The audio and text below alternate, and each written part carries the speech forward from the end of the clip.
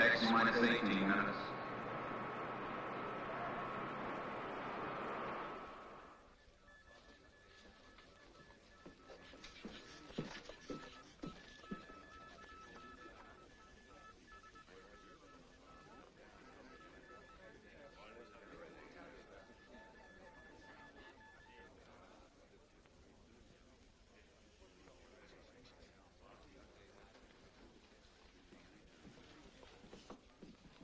Blood pressure slightly high.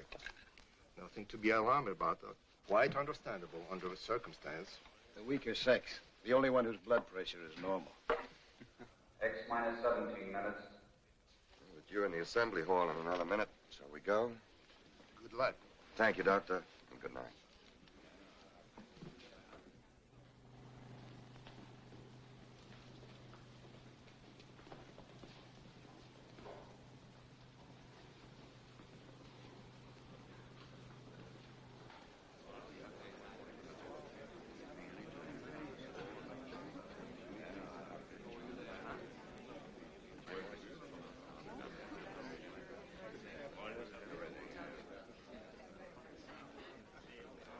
X minus 16 minutes.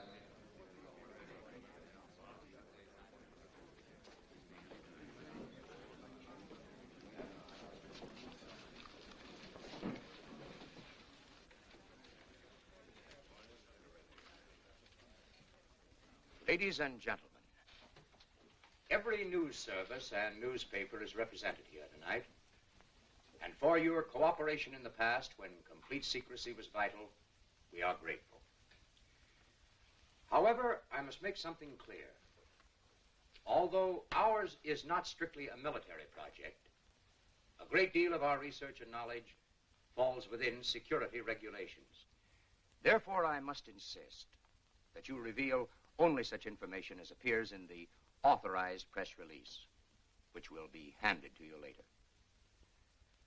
I'm sure that we can all recall the wild tales of the flying discs, flying saucers, spaceships, and who knows what imaginative creations. The press is to be commended for discounting, in most instances, these premature rumors, and so helping to minimize public apprehension. Tonight, you are invited here to witness an important event. You are all familiar with our previous work in sending robot missiles into space. That phase is at an end. Tonight, we will launch the first manned spaceship, the RXM, Rocketship Expedition Moon. X minus 15 minutes. Forever, man has dreamed of visiting the nearest of heavenly bodies. Some for adventurous, fantastic reasons. Others, like ourselves, because they visualized a successful lunar expedition as the first step toward practical interplanetary travel. Today, there is even the possibility that an unassailable base could be established on the moon to control world peace. I will now introduce to you the head of this expedition and his crew, Dr. Carl Ekstrom, designer of the RXM, and as you all know, one of the most brilliant physicists of the day, and an old friend. Dr. Lisa Van Horn, his most able co-worker and assistant, Doctor of Chemistry. Colonel Floyd Graham, pilot. Mr. Harry Chamberlain, astronomer, of the Mount Wilson and Palomar Observatory staffs. Mr. Chamberlain will serve as navigator. Major William Corrigan, engineer.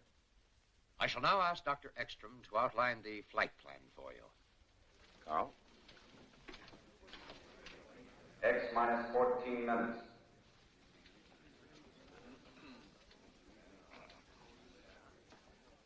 The distance between the Earth and the Moon at its closest proximity is 238,000 miles. We expect to cover this distance in approximately 48 hours.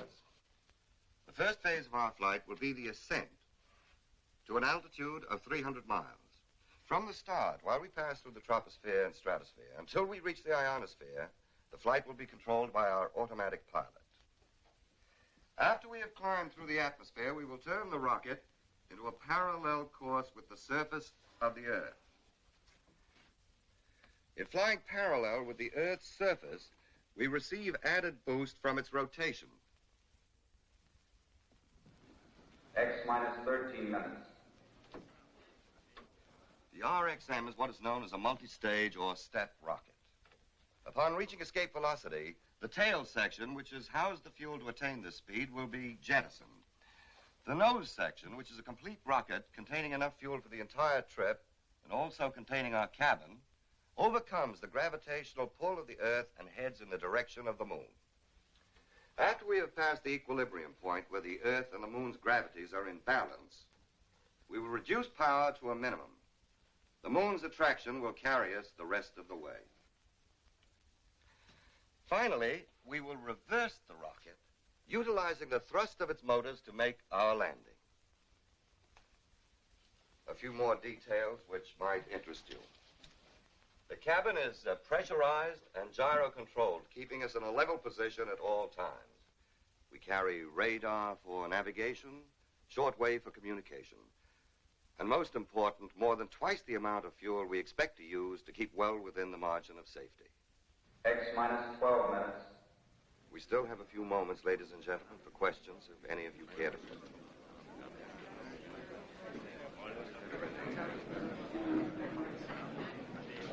Chamberlain, how do you fit into the picture? Do you have any family? No, I've been living on mountaintops. I'm afraid it's too lonely for such opportunities. Have you ever done any flying? Only as a passenger. But you're the navigator. But you must realize that intersolar flight requires far more exact and precise navigation than any earthbound voyage. Mm-hmm. Of course, that's incidental. It is? Yes. You see, as an astronomer, I can appreciate the perfect observation conditions on a body without atmosphere, such as our moon. Do you realize that within 1 hour... I've got about 800 head grazing down there. I bought my ranch with the flight pay I saved up during the war. Mm-hmm. How does your wife feel about you going? Well, she's a Texan, too, and, well, she knows that when a Texas man makes up his mind to do something, that's it, period. Say, I wish you fellas could have seen her face, so when I walked in and told her, in the strictest confidence, of course, honey, I'm going to the moon. What did she say? Well, she looked at me for a second and then said, what for? They ain't got nothing there that we don't have more of right here in Texas. We've already made the trip 100 times. What? In the training room. Yeah, I've done more flying this last month than I've done in over 100 missions. And believe me, this is the hottest crew I've ever worked with, especially in the brains department. Yeah, very attractive, too. Yeah, I agree. But, and you can quote me on this, unless you look like a test tube or a chemical formula, you haven't got a chance. From the woman's angle, Dr. Van Horn, how does it feel making a trip like this alone with 4 men? To tell you the truth, I never thought much about it. Well, tell me, Doctor, is there any specific reason why one member of the crew should be a woman? I'd like to answer that, if I may. Certainly. The reason Miss Van Horn is making this trip is because of her pioneering research with monatomic hydrogen. It enabled her to develop the first rocket fuel, powerful and concentrated enough to make this flight possible. X minus 11 minutes. Ladies and gentlemen, we are pressed for time. You may view the takeoff from the observation bunker and return to this room immediately afterward. Everybody return here after the takeoff.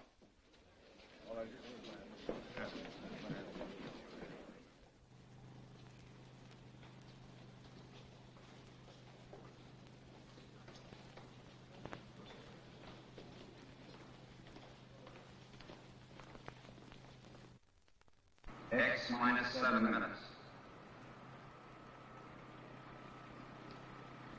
Gyro control and compass okay.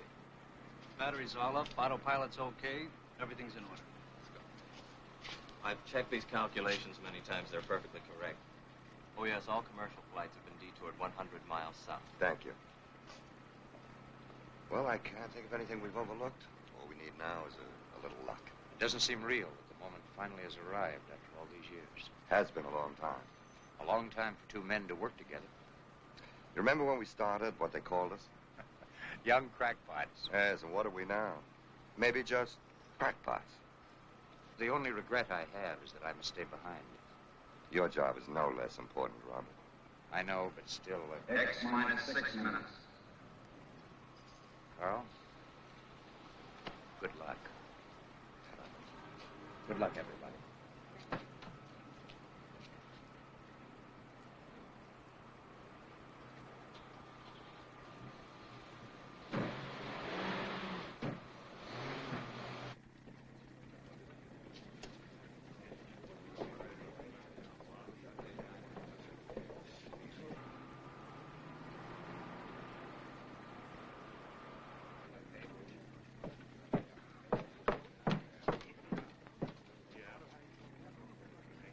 X minus 5 minutes.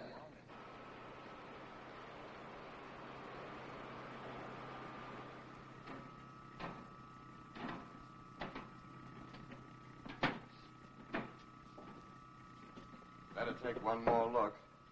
We won't be as close as this to Mother Earth for some time.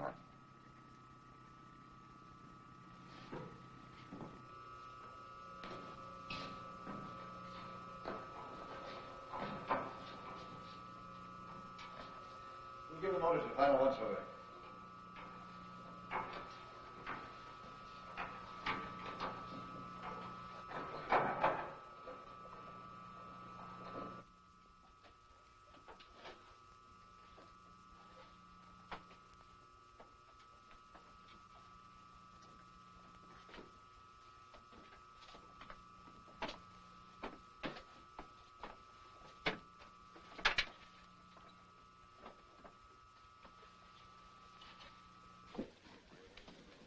X minus 4 minutes. Motor room sealed. Everything in order.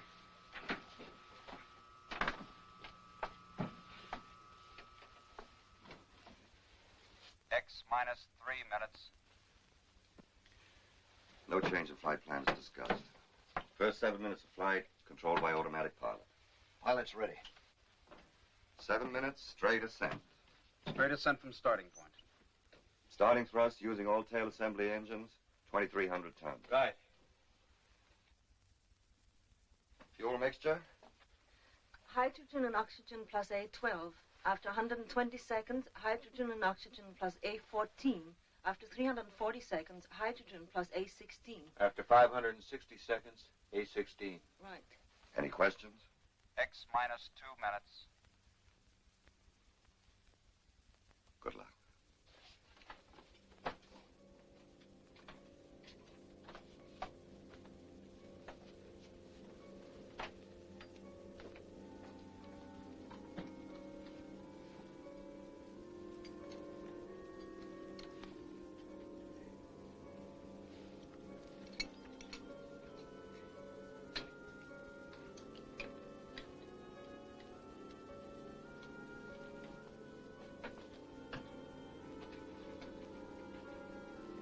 X minus 1 minute.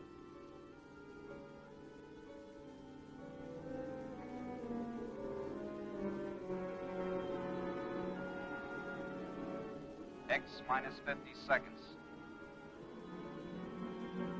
X minus 40 seconds. X minus 30 seconds. X minus 20 seconds. X minus 10 seconds. X minus 5 seconds. 4, 3, 2, 1, 0.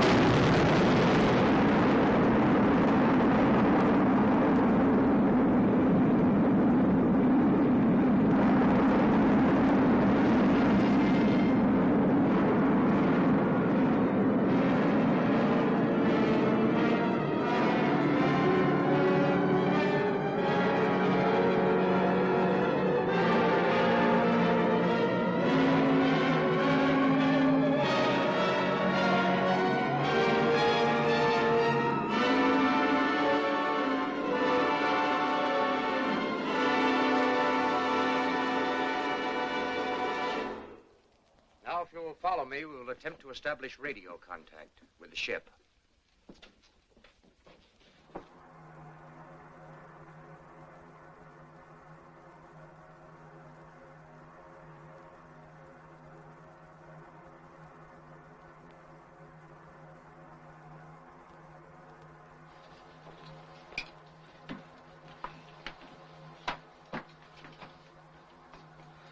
human body can withstand these accelerations.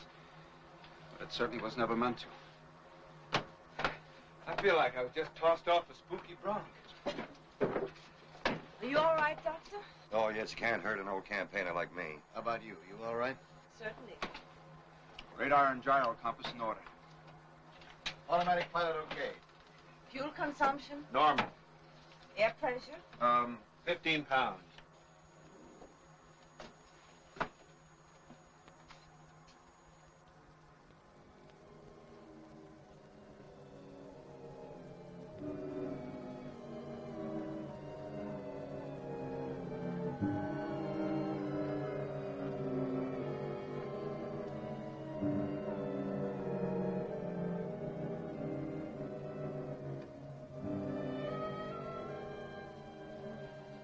Harry.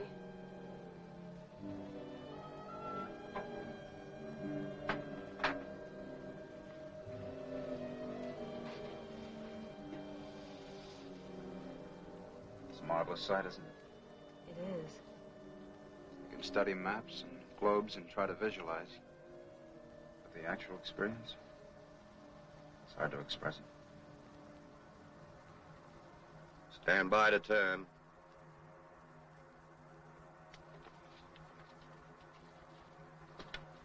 Stand by. 4, 3, 2, turn.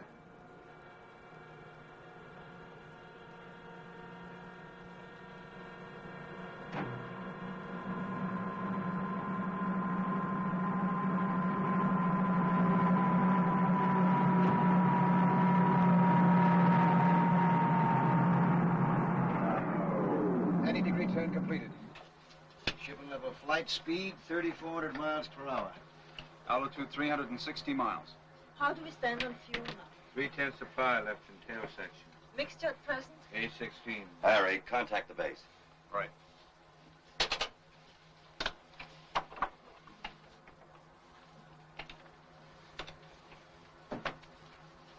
RXM, calling BWS. RXM, calling BWS. Over. Come in, RXM. Over to you. Stand by, BWS. Ekstrom speaking. We have leveled off at 360 miles altitude and are circling the globe at 3,400 miles per hour. We will increase speed gradually until we reach escape velocity of 25,000 miles per hour. Everyone aboard ship well. Over to you. We'll be standing by. 5,500 miles. Continue acceleration.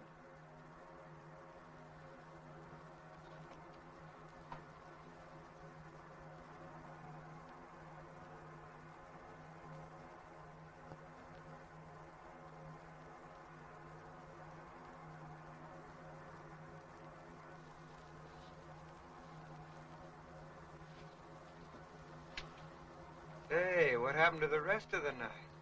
I'm afraid we ran right out of it. If it's darkness you want, wait till we enter outer space, the realm of perpetual night. 6,000. 6,200 miles per hour.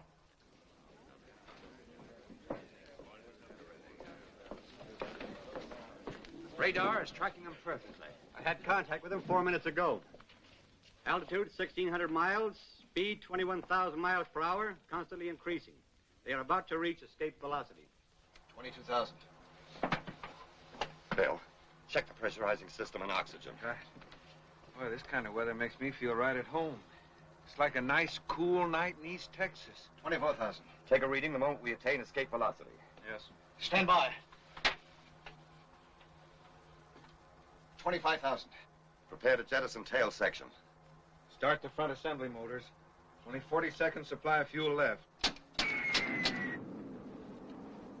Hold on tight, everybody. You ready? Ready. Go. Reduce power. Look out!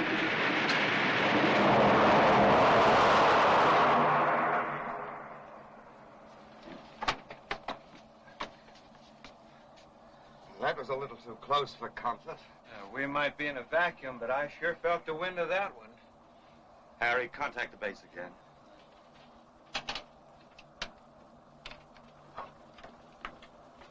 RXM calling BWS. Over. Come in, RXM. Over to you. Stand by, BWS. We're on our way. We have jettisoned tail section and are now reducing power and speed according to plan until we come within the attraction of the moon. This probably last radio contact before return flight. Everybody aboard well. BWS calling RXM. BWS calling RXM. Come in, RXM.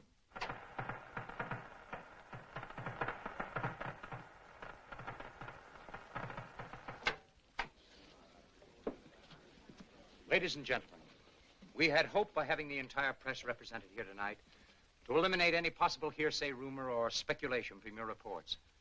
However, I regret to have to ask you to confine yourselves to the official news release. I promise to hand you any news that may come in as soon as it can be cleared.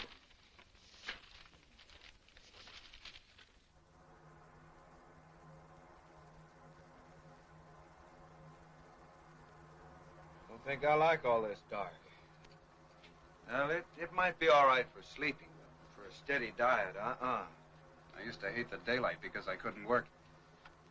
But up here in this eternal night, it's a different feeling. Fella can get used to anything, I guess, if he has to. And I remember when I was first assigned to jets. I said to the colonel, Colonel, I joined this man's Air Force to fly an airplane, but nobody's going to hitch me to no Roman candle. Now I'm sitting right inside of one. Boy, oh boy. Ain't she pretty?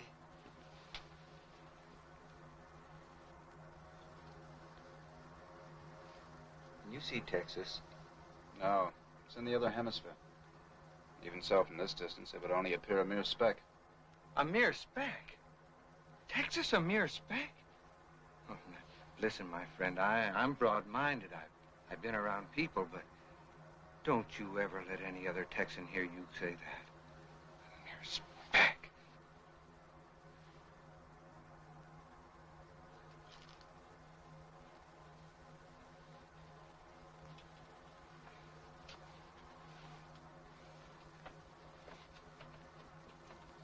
It's the funniest sensation. I feel like I'm walking in a cloud. No effort at all. We're getting deeper in interplanetary space. Gravity will soon be practically non-existent. Look, we got a stowaway aboard. Hey, whoa. I need you. Don't you think it's amusing? There's nothing funny about that. Simply the lack of gravity. Oh, of course, Dr. Van Horn. Better make sure our equipment's fastened down.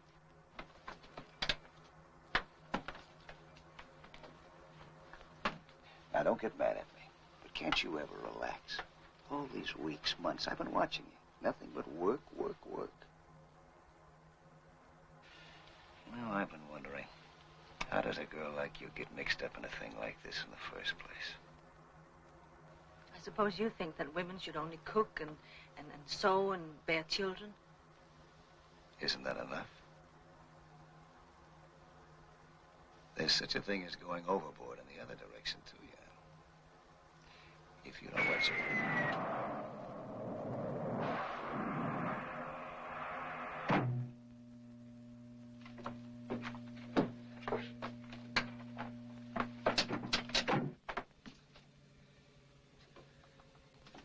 I'll check the engines. Bill, pressurize the motor room first.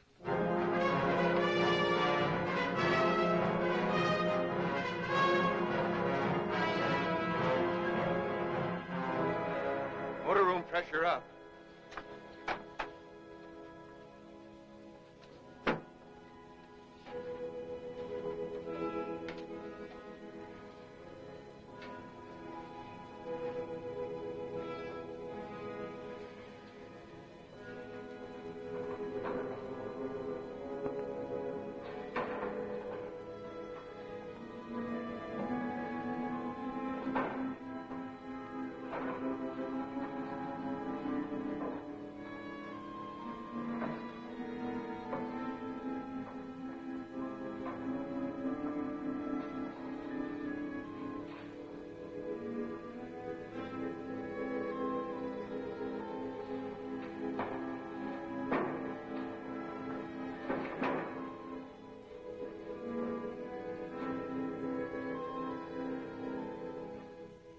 still drifting.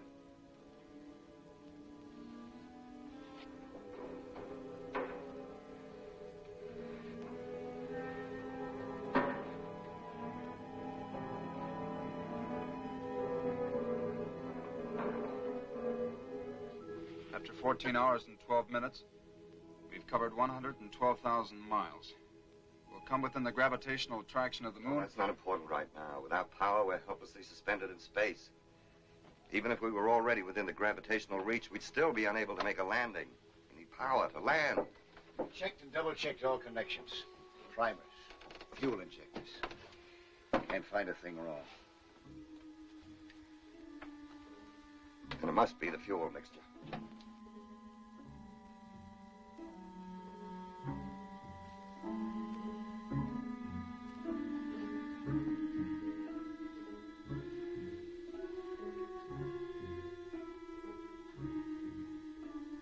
How much oxygen do we carry? Don't worry. We have plenty left for the trip. For the trip as planned, you mean?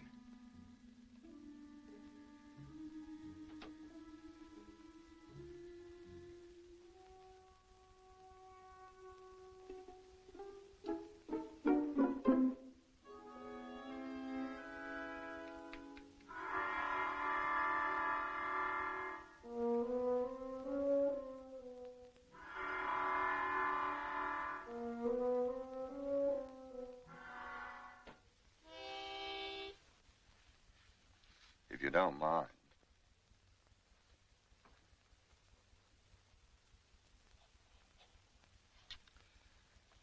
At differential 6 over m to the 30th power, the halfway check result is 262,000 to 341,000, both using tangent E, correct? That isn't the result I have. It must be the same. There's an error there. I've made no error, Dr. Ekstrom. I have to say that you made an error and discard your figures. I'm sorry. Don't be. Surely you're not going to let emotion enter into this. Certainly not. We'll continue computing using my results as a basis. Yes, Doctor. Except that I feel very strongly I should say that we should try both. We can't. To complete either calculation would take 6 to 8 hours. We can't afford the time. It's either one or the other, Dr. Van Horn. But it doesn't have to be. You can't be arbitrary about imposing your will when these people's lives are at stake. Don't you realize that? You speak as calmly as if you were saying pass the salt. Aren't you human? Are you made of ice? I'm sorry. I apologize. For what? For momentarily being a woman? It's completely understandable, Miss Van Horn. Now, shall we go ahead? Yes, Doctor. Tangent L9. Tangent L9.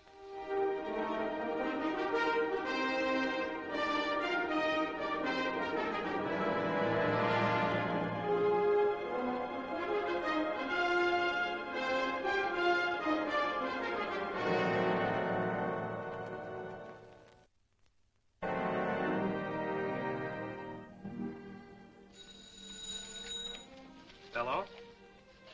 Yes? It's Dr. Hurley at Mount Palomar. Yes, Dr. Hurley? Yes? We located the RXM's position at 7:16 this morning. Since then, there has been very little change. Apparently, their velocity is far lower than we anticipated. Are you sure, Doctor? Thank you.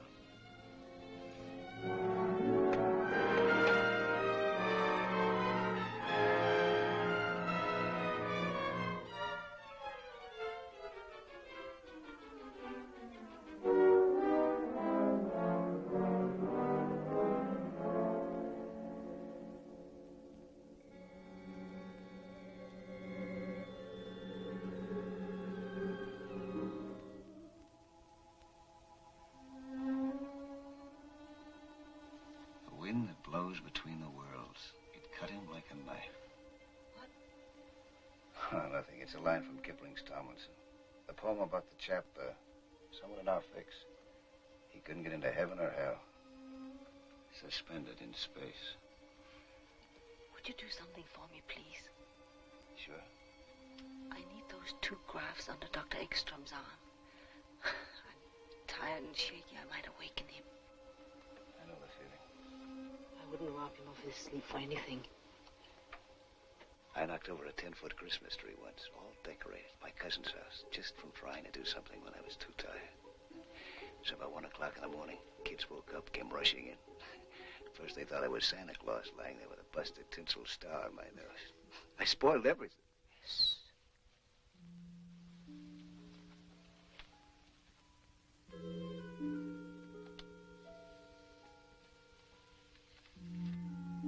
Thanks. It's no trouble. Why don't you take a minute off from that? You're worn out. I can't. You'll think clearer if you do.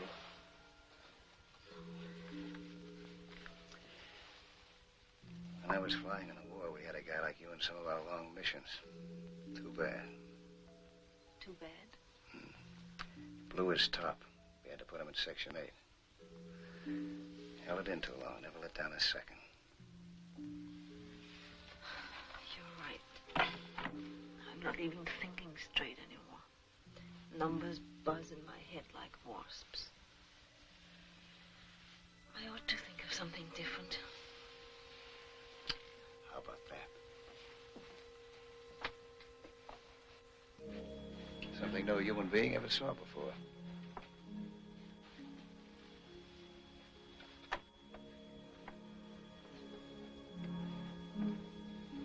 You know, it's funny. One never thinks of the Earth that way. As a dying planet with nothing to give out but reflected light. A mere moon. You don't speak so disrespectfully of the moon. Mere moon. I've done some of my best work by moonlight. Found its light very effective. For navigation? For any purpose. Don't underrate it. Moonlight's potent. You're speaking of its effect on men and women? On women. I don't need this stuff myself. Oh. You're immune? No. Just don't need it. But did you ever park in an open convertible on the cliffs overlooking the Pacific? On a warm summer night when a big moon hung up there like a lantern? The blue light from it walking across the water. Radio playing a nice tune. Waves whooshing on the beach. No, perhaps unfortunately, I never had the time nor the thought to do anything much beyond my profession. Now, don't tell me that you never looked at that old moon except for astronomical reasons. You're right. I have. In Rome once, and in Switzerland, at Lake Lugano. What a nice stroll. Stroll? Yes. Yes, we walked slowly around the edge of the lake for 2 hours. And never stopped? No. Well, everybody to his own taste. It was lovely there. The water black like cold coffee. The moonlight like flecks of ice cream floating on it. The music from the hotel ballroom. Oh, but that was so long ago. Another world. Fine scientist I am. Daydreaming. It's good for you once in a while. I suppose it is, but not now. I still say it. Say what? That moonlight's effective stuff. You're quite right.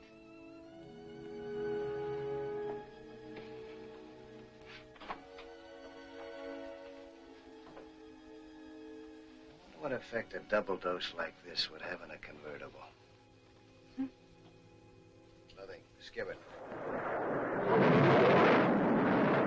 Meteorites!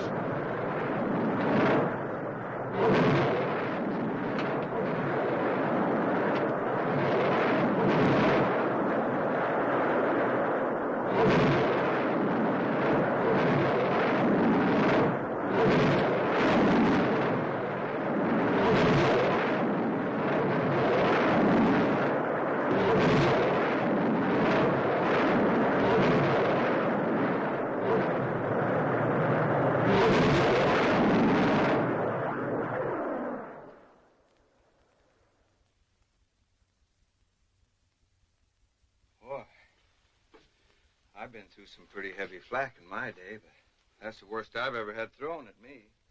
Heavenly flak. Say, maybe somebody don't want us to get where we aim to get.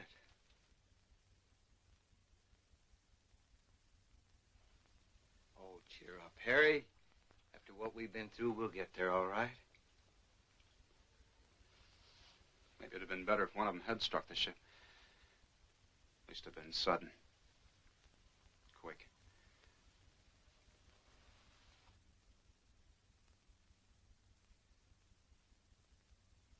Now, your computation?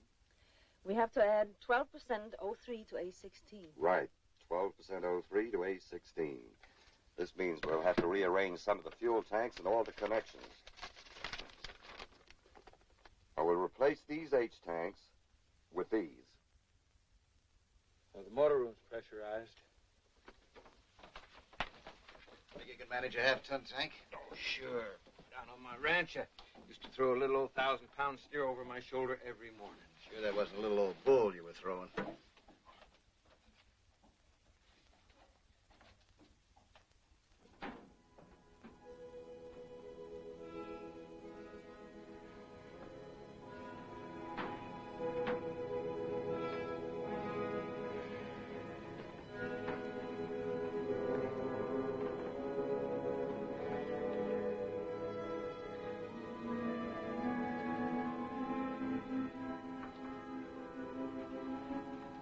All right, Sampson, let's see you do your stuff. Think I was kidding, huh? You'll never prove it to me here.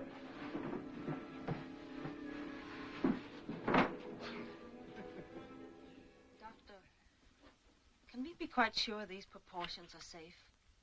We never proved them by experiment. The mathematical theory is beyond question. O3, though. Sometimes it behaves unpredictably. Woman's intuition again? 12%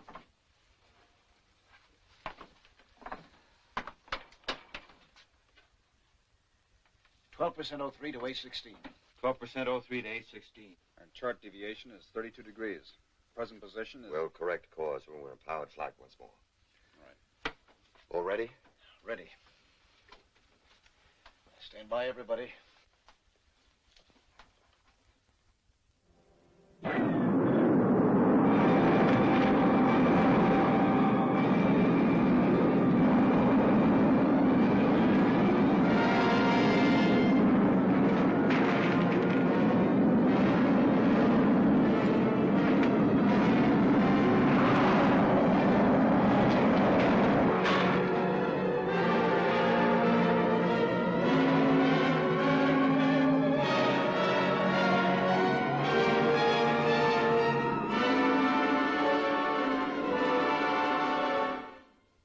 Repeat that again, Dr. Hurley.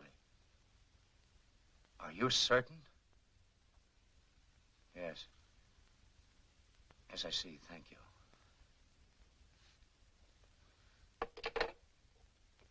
They are completely off their course. Moving with incredible velocity. Out into limitless space. I can't understand it.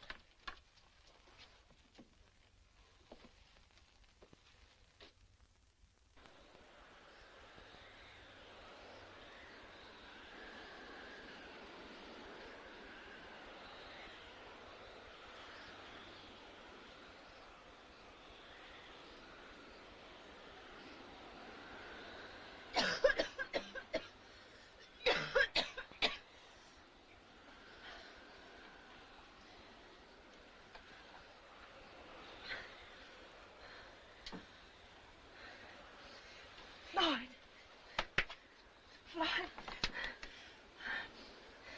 Lloyd.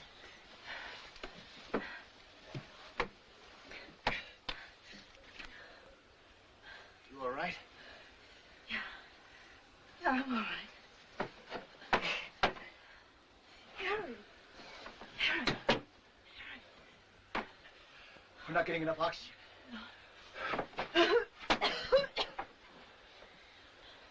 Phil.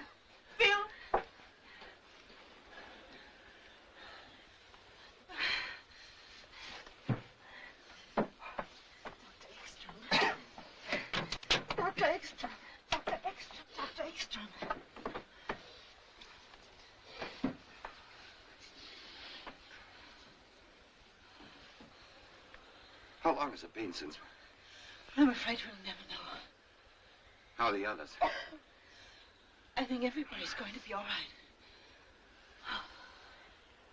It must have been days. Fortunately, the engines were turned off. When? I must have turned the levers off when I blacked out. But at what speed?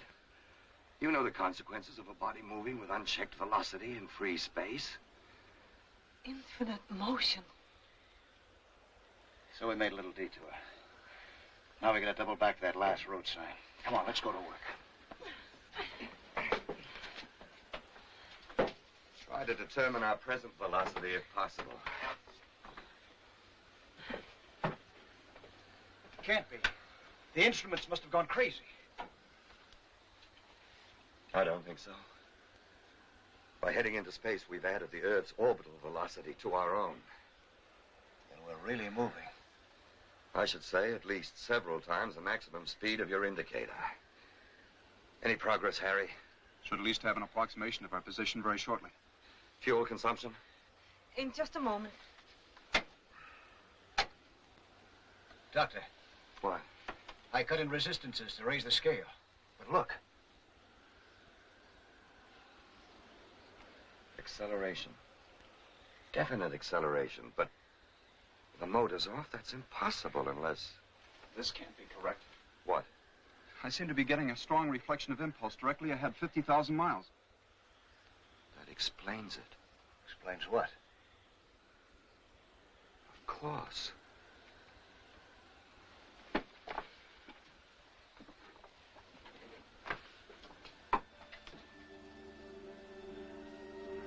Unbelievable.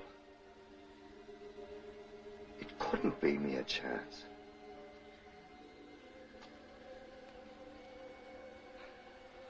I don't quite know how to tell you it's so.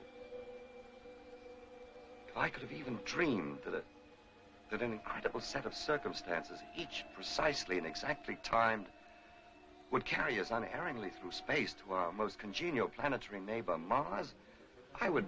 Mars?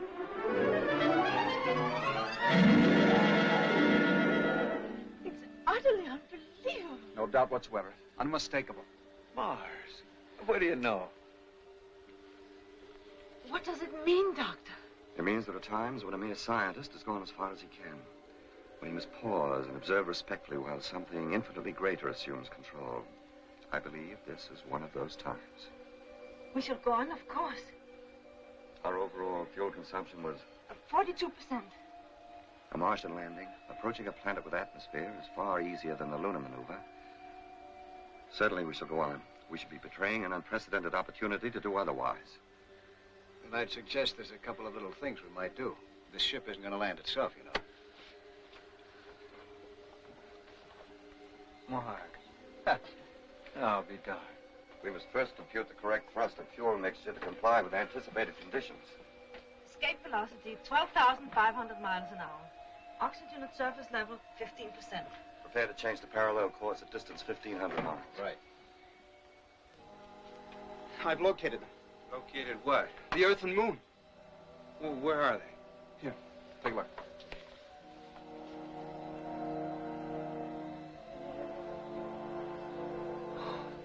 And what do you know about that? Is it all right to call Texas a mere speck now?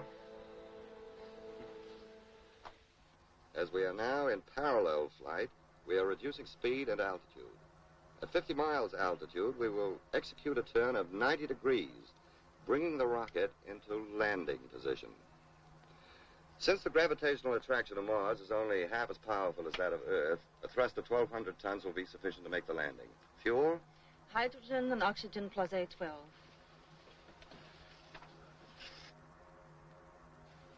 Altitude 70 miles. 65.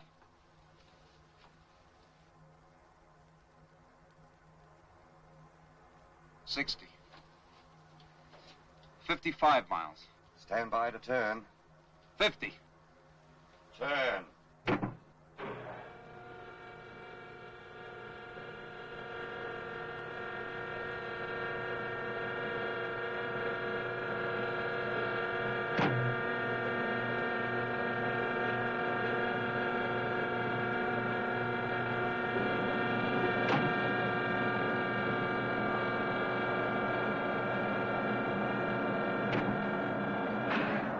90-degree turn completed. Reduce power.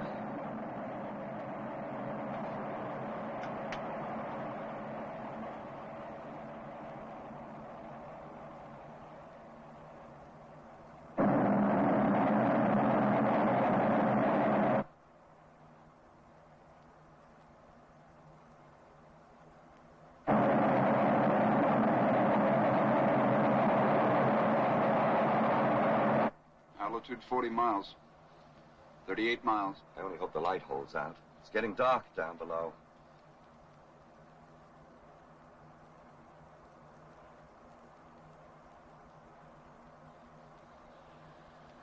Clear to increase thrust at altitude 15 miles.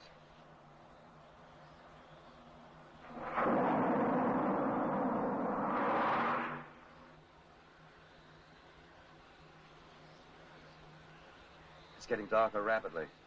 As far as I can make out, the terrain is suitable for landing. Altitude 6 miles. 5 miles. 20,000 feet.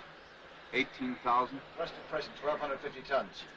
Stand by to increase power. 15,000. 12,000. 10,000. 8,000. 7,000. 6,000. We're losing altitude too fast. Increase thrust to 3,000 tons. 4,000 feet. 3,000. 2,000 feet. Reduce thrust slowly to 1,250 tons. 1,000. 500.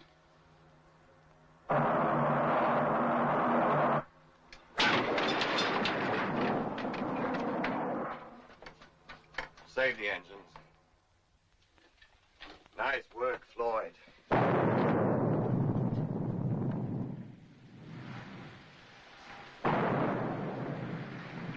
Mars extending us a welcome. Now we're prepared to disembark first thing in the morning. In the meantime, we can rest and get our equipment ready. Well, that's what I've been waiting for.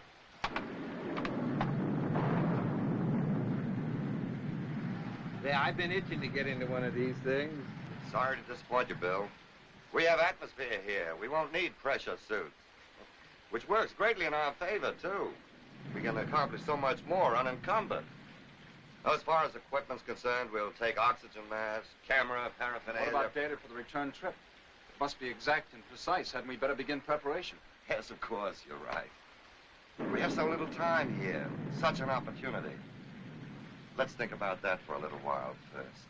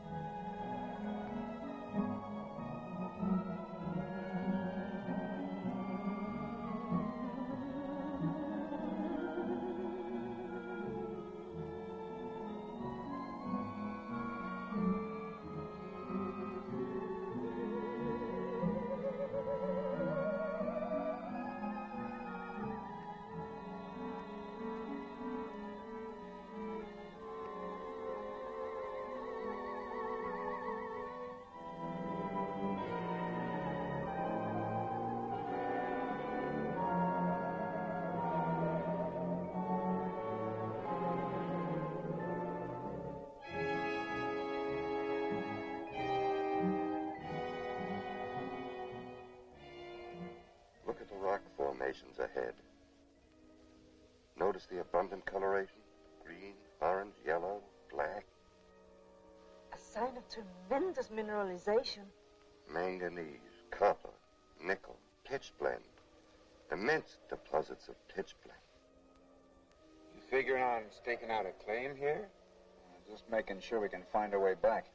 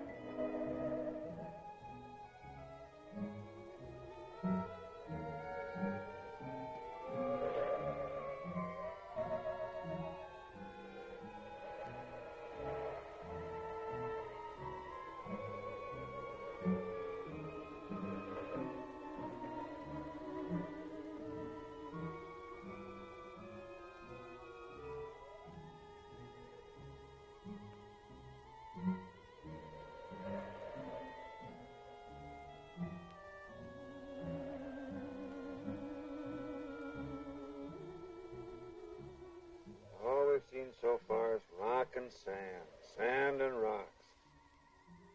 I wonder when we're going to run across some of these Martians. You know, for what I read, they've got pale faces and pinheads and fishy eyes. Shall we go?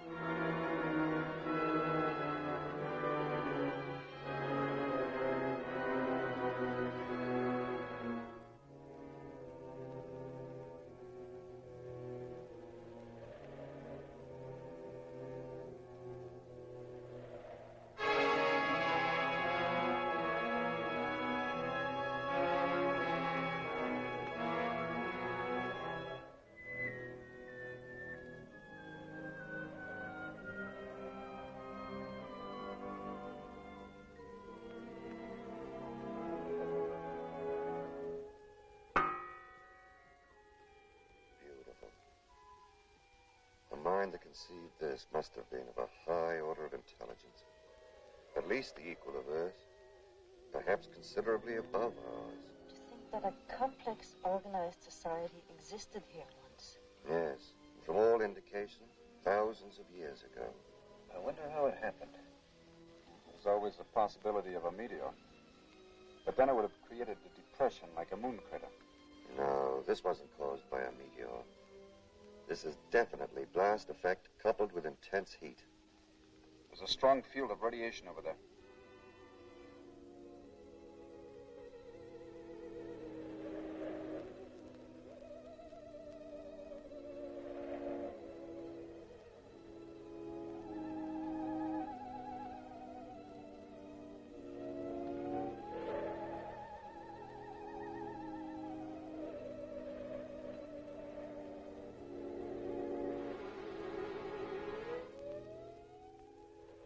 You'd better stop. The radioactivity is at the danger level.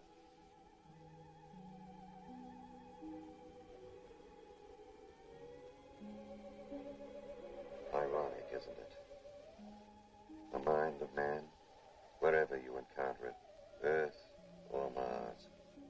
highest attainments of human intellect, always diverted to self-destruction. Perhaps the entire surface of the planet is one vast ruin, like this. Well, you think we ought to start back to the ship? I agree to that. We're neither prepared nor equipped for any stay here. We have supplies for several days.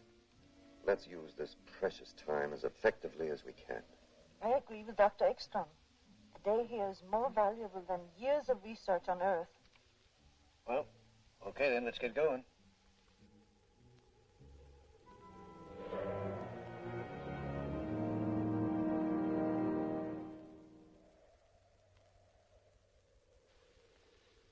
What a lesson here for our world. One blast, thousands of years of civilization wiped out. Could there have been any survivors? I should hate to think so.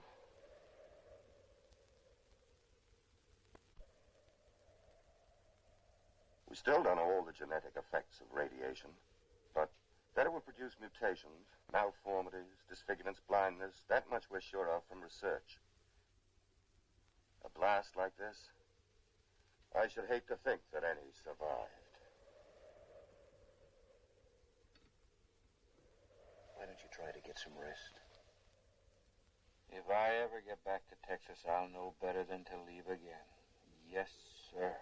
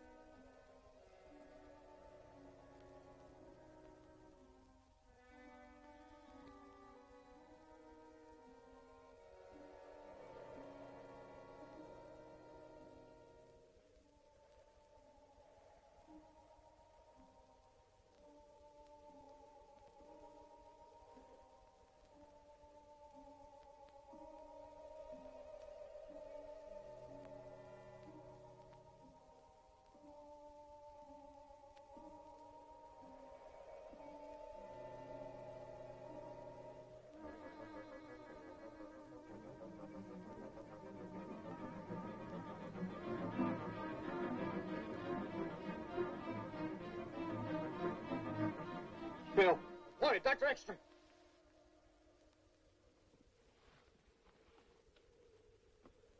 There were men out there.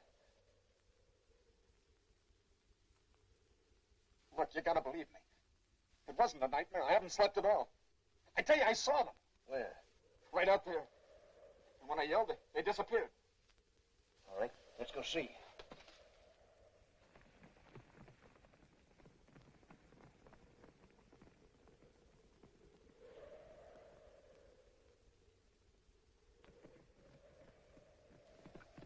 Right here.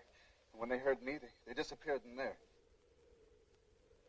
Dr. Ekstrom, look at these footprints. It don't take a Navajo to figure out what caused these. It's hard to believe. And now maybe you'll agree to return to the ship. We can't stop now. We must follow. Find out what kind of creatures they are. It's tremendously important. We don't know how many there are. And suppose they're hostile with one rifle and a pistol. We won't have a prayer. That's the chance we have to take. You wait here. I'm going ahead. This kind of thing's just my meat. Mind if I come along? Thank you, Bill. I'm with you, Doctor. No, Floyd, you three stay. But I'll have to make that in order. Come on, Bill.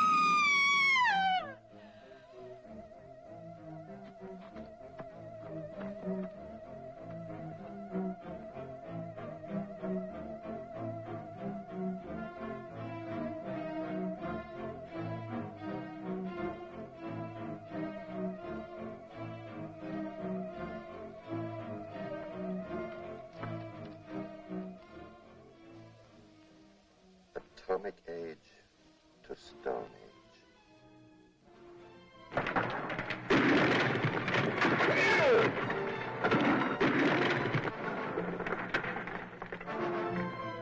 Bill!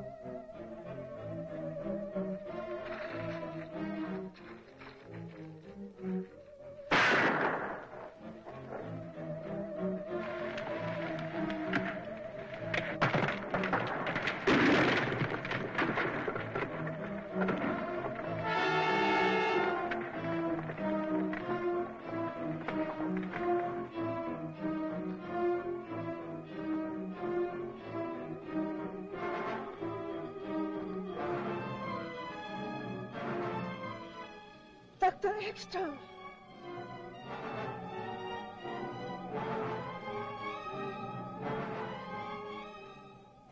Where's Bill?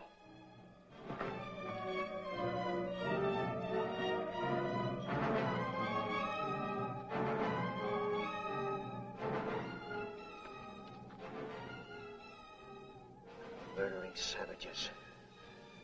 No, Floyd. Poor fear-crazed, despairing wretches. Pity them. Pity them. Don't talk anymore. You must get back to Earth. Tell them what we found. Maybe this will...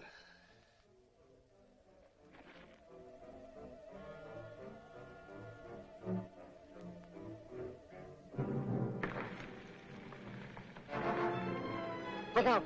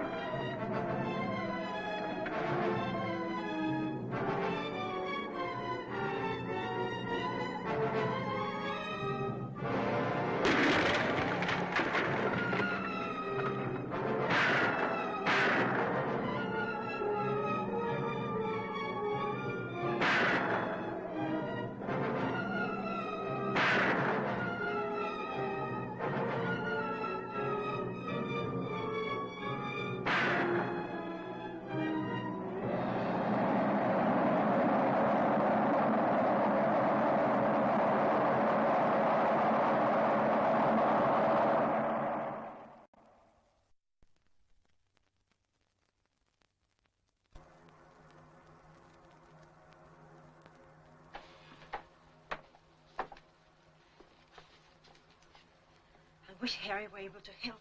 It's impossible to get a precise result without radar. You've done a wonderful job. We should have fuel enough for a landing. When will we feel the Earth's gravity? As soon as there's an increase in speed. According to elapsed time and velocity chart, almost any minute now. But without a check from Harry, it's... I know we're in a tight spot, but we'll manage somehow.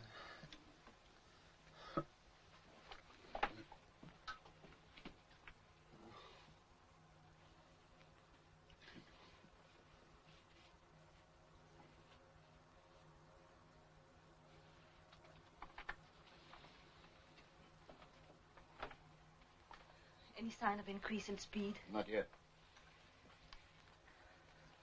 You know, you're a pretty swell girl, Lisa. Girl? I'm not Dr. Van Horn anymore? No, just Lisa.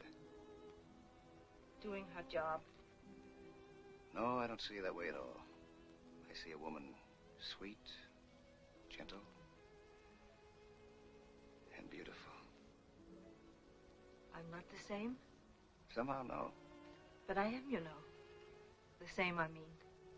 Well, maybe I've changed then, but I feel that I've never known you before. Will you, do something for me, please? Sure, what? Say my name the way you did a moment ago. Lisa. RXM calling BWS. RXM calling BWS. Come in, BWS. Over. Come in, BWS. I can't contact them. They won't answer. They won't ever answer. Of course they will. Speed's increasing. We're gonna make it. Shut off the fuel.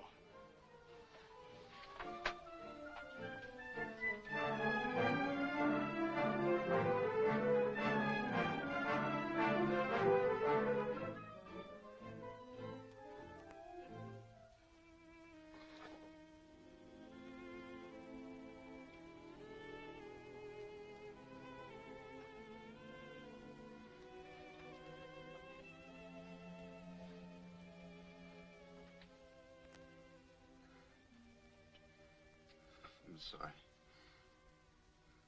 I wish I could help. You heard what Floyd said. Everything will be all right. What about the fuel? We lost so much. But we'll have enough for a landing.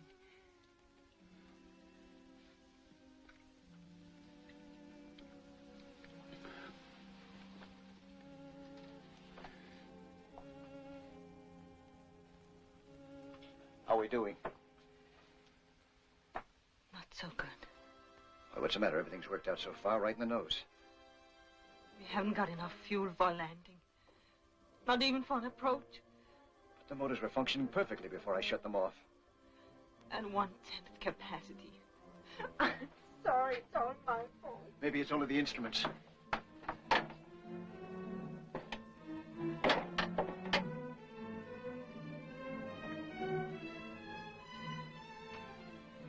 It's hopeless.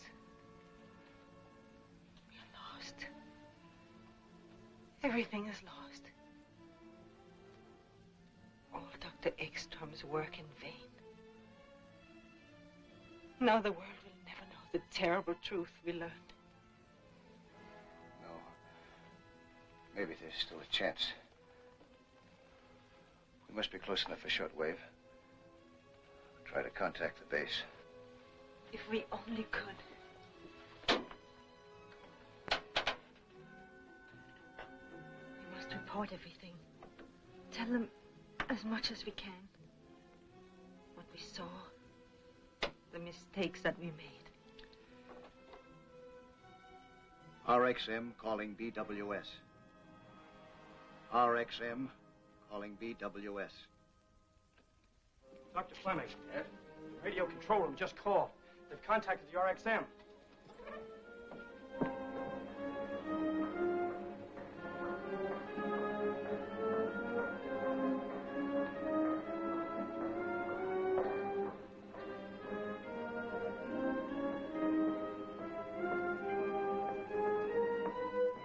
There's too much interference. You better use these, Doctor.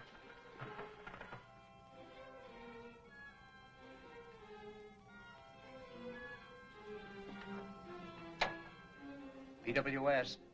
Fleming speaking. Calling RXM. Come in, RXM.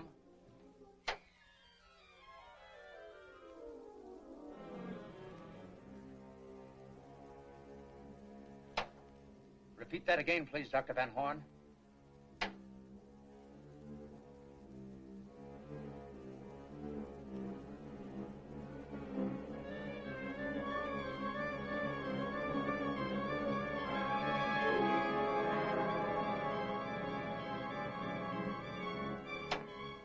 What about Dr. Ekstrom?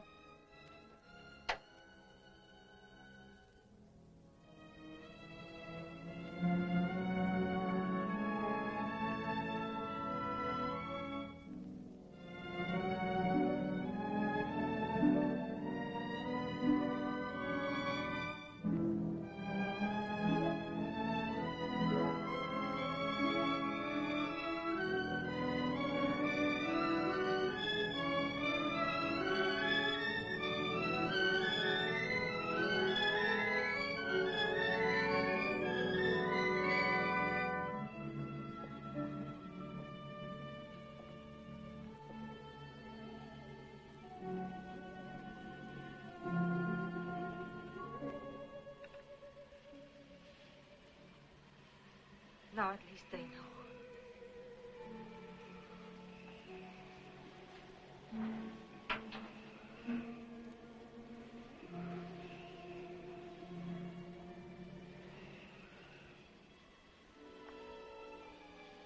Lloyd, hold me. Hold me tight. I wish I knew some words that would help. I'm sorry that we haven't had any time. That we didn't meet or know each other the way we do now sooner. Time isn't so important. Oh, yes, it isn't. Don't. We can say that time is behind us. That we've had years together. Yes. I can tell you about 1,000 wonderful hours we've spent together because I feel we would have, inevitably.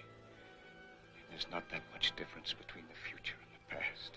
Not if you feel this way about it, no.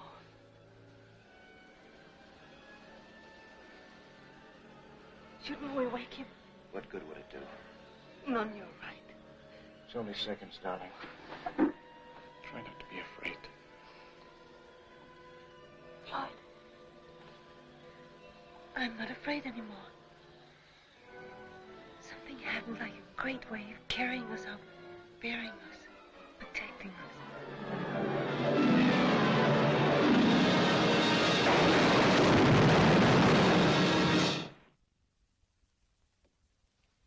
Dr. Fleming?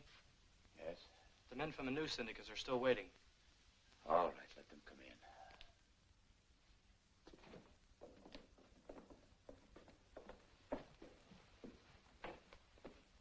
Dr. Fleming, the pilot and crew of Flight 19 International Airlines observed a strange object falling over Nova Scotia.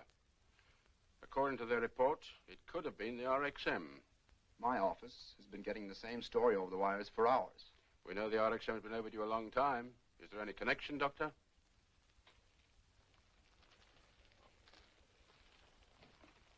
As yet, there has been no confirmation, but yes, I believe there is a connection. Then they all perished in a crash. No, 2 were lost earlier. But the flight must be considered a failure. Failure? Every point of our rocket theory has been established. It is proven that interspace travel is not only possible, but practicable.